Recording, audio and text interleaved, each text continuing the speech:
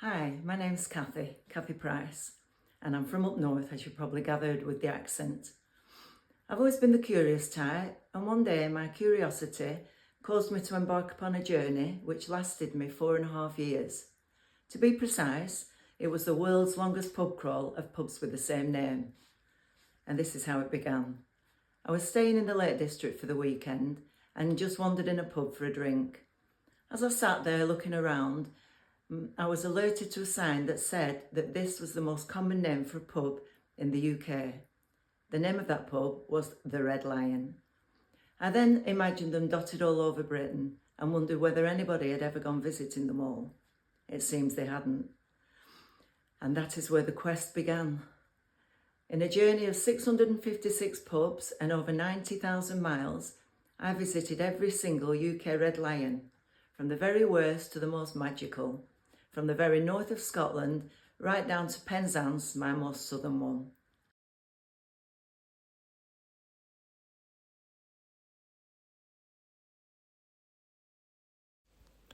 Most British people have their local.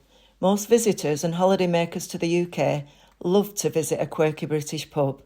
And let me tell you, everything you can imagine goes on down the pub. From Enid Blyton and James Bond, Ian Fleming, using their local Red Lions as a writing den, to gruesome murders, births, inquests and ghosts. Clark Gable etched his initials on the window of a Red Lion in Kent while serving in the US Air Force, and the back of the Red Lion coaching inn in Gillingham, Dorset, had to be rebuilt after a German fighter plane crashed into it during World War II.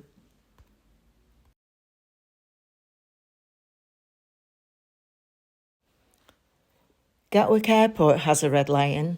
The trouble is, it's airside, so I was going to have to fly out somewhere in order to visit it. But luckily for me, they approached me and invited me to spend the day there. It was very special because the press were there and obviously everybody's going on holiday, so everybody's in a happy mood. That was a great experience. During my quest, I was invited down to Westminster quite often by the all-party Parliamentary Beer and Pub group. At the end of my journey, the Prime Minister sent me a personal letter thanking me for raising the profile of the British pub, which was quite a surprise but very nice.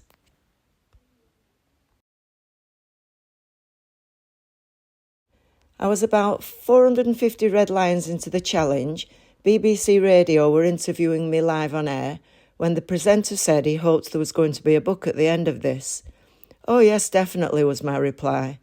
Of course, that was never the intention, but one crazy thing leads to another.